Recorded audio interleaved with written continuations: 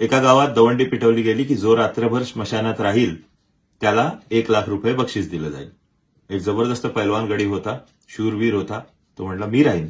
तिकडे मस्त बसला स्मशानात, अंधार, काळाकुट्ट, कोल्हे ओरडतायत, कुत्री ओरडतायत. हा निवांत होता. असं ठरलं होतं की हा तिथं बसलाय याचा पुरावा म्हणून त्यांना एक खुंटी तिथं जमिनीत ठोकून यायची. जमिनीत त्यानं ती खुंटी ठोकायला घेतली आणि आता जायची वेळ आली. म्हणून हा जायला निघाला. तेवढ्या त्याच्या लक्षात आलं की याचं धोतर ओढतंय कोणीतरी. मागं वळून बघायची हिंमत नव्हती. नक्की भूतच असणार माझं धोतर ओढतंय.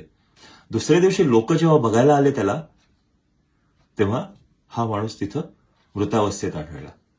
आणि लोकांनी पाहिलं तर तो जे खुंटी ठोकत होता ना, त्या खुंटीमध्ये त्याचं धोतर अडकलं होतं. इथं आपण कल्पनेचं भूत तयार करतो की आपण अपयशी होणार आहे, आपण या परिस्थितीतनं बाहेरच नाही पडणार आहे. आणि मग आपण कधीच बाहेर पडत नाही.